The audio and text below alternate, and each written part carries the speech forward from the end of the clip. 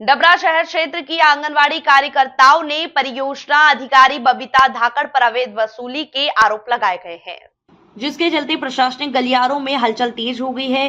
Gwalior collector Ruchika Chauhan के निर्देश पर एसडीएम डबरा दिव्यांशु चौधरी मामले की जांच कर रहे हैं। वहीं आज तहसील सभागार कक्ष में शिकायतकर्ता की जिला टीम अधिकारियों ने कार्यकर्ताओं और सहायिकाओं के बयान दर्ज किए गए हैं। तो वहीं इस दौरान कई महिलाओं ने अपनी परियोजना अधिकारी के द्वारा दबाव बनाए जाने की शिकायत की। कुछ कार्यकर्ताओं ने बताया कि उन्हें व्हाट्सएप संदेशों के जरिए शिकायत वापस लेने के लिए दबाव बनाया जा रहा है और उन्हें मजबूर किया जा रहा है कि अपनी शिकायत वापस ले लीजिए। वहीं जांच अधिकारी डीपीओ डीएस जादौन के समक्ष बयान दर्ज कराए। इस दौरान कार्यकर्ताओं ने हंगामा करते हुए आरोप लगाए कि परियोजना अधिकारी बबीता धाकड़ के पति भी हम पर दबाव बना रहे थे। विरोध बढ़ने पर कार्यकर्ताओं ने बबीता धाकड़ को हटाए जाने की मांग तक कर दी और मीडिया के सामने ही रिश्वतखोरी के खुले आरोप लगाए गए हैं। ऑफिस में बैठ के ऑफिस मतलब महिला बाल विकास ऑफिस में ठीक है। और 3 दिन से लगातार साइन करवाए जा रहे हैं तो कार्यकर्ताओं को बुला क्या उनके पति तुम्हारी नौकरी खा जाएंगे यदि तुमने नहीं लिखा इस पे, तो ठीक है। फिर उसके बाद में वो प्रमिला गुप्ता को हटाया गया था, नौकरी बिल्कुल उनकी हटा दी गई थी और उनके साथ अन्याय हुआ था। लेकिन कोई भी कार्यकर्ता अगर आवाज उठाती है, बोलती, तो उसको दबाव बना के शोषण किया जा रहा है, उसका पैसा काटा जा रहा है, तनख्वाह काटी जा रही है उसकी, बार बार विजिट किया जा रहा है, बार बार सच्चाई की आवाज को बार बार इसलिए दबाया जा रहा है क्योंकि कार्यकर्ता उभर के बोल ना पाए। मैं कार्यकर्ता से बार बार बोल रही हूँ कोई डरो मत, ऐसी नौकरी नहीं जाती। क्या शिकायतें हैं, किस प्रकार की शिकायतें? ये शिकायतें कि पहले ये 2023 में 5 मई में इनने ऑडिट के द्वारा हमसे पैसे मांगे थे सभी से। कितने पैसे मांगे थे? 1500 रुपए हर कार्यकर्ता। यही कथन हो रहा था और यही कथन सब अपनी अपनी स्वेच्छा से कथन लिख रहे थे क्योंकि जांच बैठा ली गई थी। प्रमिला गुप्ता के द्वारा मतलब शिकायत की गई थी कि ताला डाल दिया गया उसमें, तो वो बेचारी परेशान है। आज कितने दिनों से, बहुत दिन से परेशान किया जा रहा है और ऑफिस में भी बेइज्जती हुई, सबके आगे बेइज्जती हुई। सभी कार्यकर्ता बोलेंगे कि बेइज्जती हुई, कार्यकर्ता की बेइज्जती हुई तो हमारी भी बेइज्जती हुई उसमें, लेकिन कोई भी किसी की हिम्मत नहीं है बोलने की। नहीं हुई तो कोई नहीं बोल, हाँ, लेकिन कोई बोल नहीं सकता इसमें क्योंकि वो प्रेशर में और मैं बोल रही हूँ। दूसरा कोई मैसेज महिलाओं के मोबाइल में आए हुए हैं, उसी से वो चेक कर रहे हैं। आपके सामने ही वो लिख रही हैं और मोबाइल देख देख के अभी आपको मोबाइल भी चेक कराएगा। वो हमने बोल दिया कि वो खुद लिखना चाहे, हमारे किसी आदमी की मदद लेना चाहे तो वो सामने बैठ करके लिखेगा उनसे, और सभी को मालूम है, सभी के सामने कहा कि जिसको जो कहना है हम ये नहीं बताएंगे कि आपको क्या लिखना है। सर, जिसको शिकायत है, जिसने मांगा जा रहा है वो वैसा लिखे, जिससे भी मांगा जा रहा है वो जो लिखना चाहे वो उसको लिखे। सर, अंतिम सवाल, क्या लग रहा है कि जांच को प्रभावित किया जा रहा है? जांच प्रभावित तो नहीं होगी, लेकिन जांच शुरू करने के पहले में मेरा इन्होंने 4 महीने से वेतन रोक के रखा था। सितंबर परियोजना अधिकारी ने। क्या नाम है? बबीता धाकड़। किस बात को लेकर? रिश्वत का मामला था। आधा वेतन मांग रही थी और मैंने उनको 3 महीने तक आधा वेतन दिया। कितना रुपए दिए? वेतन में कितना रुपए दिया? वेतन में मैंने 6,500 जुलाई में दिए, 6,500 अगस्त में दिए और मतलब 3 महीने दिया जून में। तो क्या आपने शिकायत की थी वरिष्ठ अधिकारी से? है, हाँ, वरिष्ठ अधिकारियों से मैंने शिकायत की, कलेक्टर महोदय से की, जेडी मैडम से की, कार्यक्रम अधिकारी से की, अनुविभागीय अधिकारी से की और मैंने ऊपर भी की, महिला बाल विकास मंत्री को भी की, पीएम मोदी को भी की, सीएम हेल्पलाइन पे भी की, सभी जगह मैंने शिकायत की। उसके बाद जांच दल बैठा। जांच दल ने आज मेरे बयान होने थे तो उसमें मैंने बयान दिए हैं क्योंकि इन्होंने मुझसे रिश्वत ली है। कब?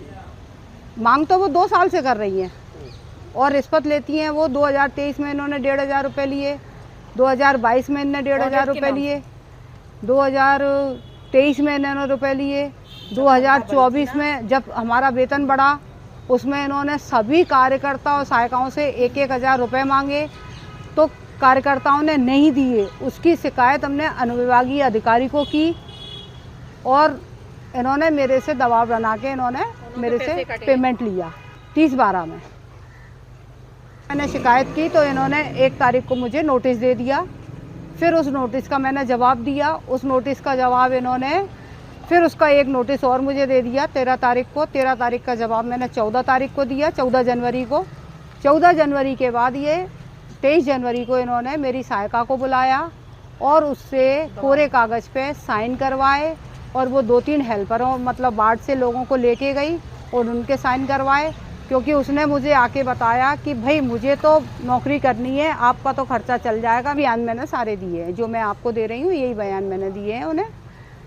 ग्वालियर हाईकोर्ट में दायर हुई जनहित याचिका। ग्वालियर में लगातार बढ़ रही डॉग बाइट की घटनाओं के खिलाफ PIL ग्वालियर निवासी चंद्रप्रकाश जैन ने दायर की PIL principal secretary local administration MP commissioner municipal corporation Gwalior और डीन गजरा राजा मेडिकल कॉलेज ग्वालियर को बनाए गए पक्षकार। हाईकोर्ट में PIL पर हुई सुनवाई। हाईकोर्ट ने सुनवाई के बाद जारी किए नोटिस। तीनों पक्षकारों को जारी हुए नोटिस के जरिए ग्वालियर सहित मध्य प्रदेश के डॉग बाइट की घटनाओं पर रोक लगाने से जुड़े कामों की मांगी जानकारी।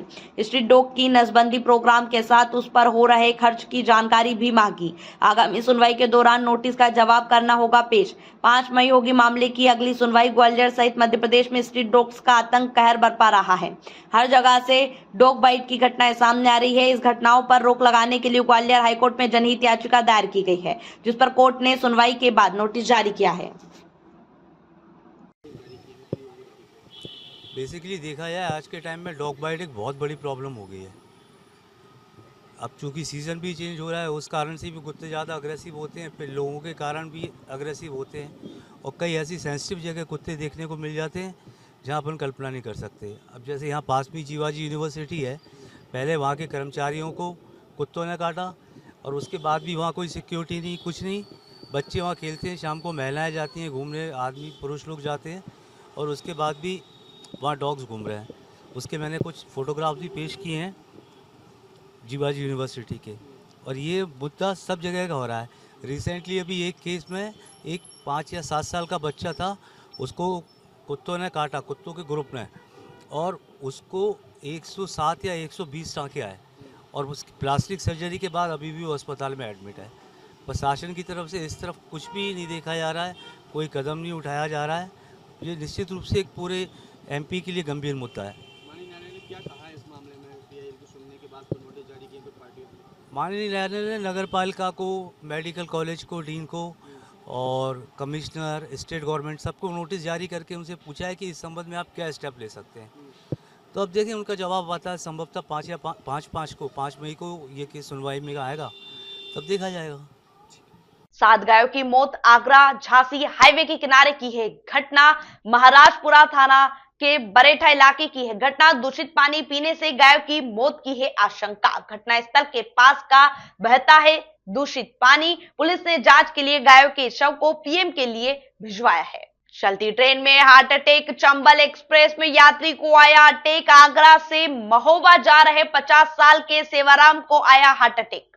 ग्वालियर में डिप्टी SS ने यात्री को CPR दिया। होश में आते ही यात्री को जयारोग्य अस्पताल भिजवाया। वक्त पर इलाज मिलने से बच गई यात्री की जान। घटना के दौरान रेलवे डॉक्टर की लापरवाही सामने आई। कंट्रोल से सूचना के बाद स्टेशन पर नहीं पहुंचा था रेलवे का डॉक्टर। रेलवे के डॉक्टर अमित जाटव ने अपनी जगह ड्रेसर को भेज दिया। झांसी DRM के मामले की जाँच कराने के दिए गए दिशा निर्देश। कलेक्टर में आगजनी मामला। आगजनी मामले की जांच के आदेश। कलेक्टर रुचिका सिंह चौहान ने दिए आदेश। कमेटी बनाकर जांच के दिए दिशा निर्देश। और वहीं पर ट्रांसफार्मर में विस्फोट के बाद हुई थी आगजनी। कलेक्ट्रेट के ट्रेजरी महिला बाल विकास शाखा के बिजली मीटर जले। निर्वाचन शाखा में फॉल्ट से कागज जले। कल सुबह 11 बजे हुई थी यहां पूरी घटना। कलेक्टर संजीव श्रीवास्तव एवं अतिरिक्त पुलिस अधीक्षक संजीव पाठक ने मुख्यमंत्री का आज 21 मार्च को भिंड जिले के मालनपुर में मध्यम घनत्व फाइबर बोर्ड एवं संबद्ध उत्पाद संयंत्र के शिलान्यास सहित अन्य कार्यक्रमों में सम्मिलित होना प्रस्तावित कार्यक्रम में दृष्टिगत कार्यक्रम की तैयारियों का जायजा लिया गया है। उन्होंने कार्यक्रम के दृष्टिगत एलिक्सर इंडस्ट्री मालनपुर में कार्यक्रम स्थल पर की जा रही तैयारियां, मंच, दर्शक दीर्घा, वाहन पार्किंग एवं आवागमन तथा सुरक्षा व्यवस्था प्रबंधों के संबंध में जानकारी ली और कार्यक्रम को व्यवस्थित तरीके से संपन्न कराने की समुचित तैयारियां शीघ्र पूर्ण कराने अधिकारियों को दिशा निर्देश दिए। इस दौरान upper collector Gwalior HB Sharma, SDM Gohad Parag Jain सहित अन्य अधिकारी उपस्थित रहे। ग्वालियर में चॉकलेट फैक्ट्री में काम करने वाली एक महिला कर्मचारी के साथ पुरुष सहयोगी द्वारा दोस्ती कर उसके घर में घुसकर जान से मारने की धमकी देकर दुष्कर्म करने का मामला सामने आया है। पीड़ित महिला की शिकायत पर पुलिस ने तत्परता से कार्यवाही करते हुए आरोपी को गिरफ्तार कर लिया है।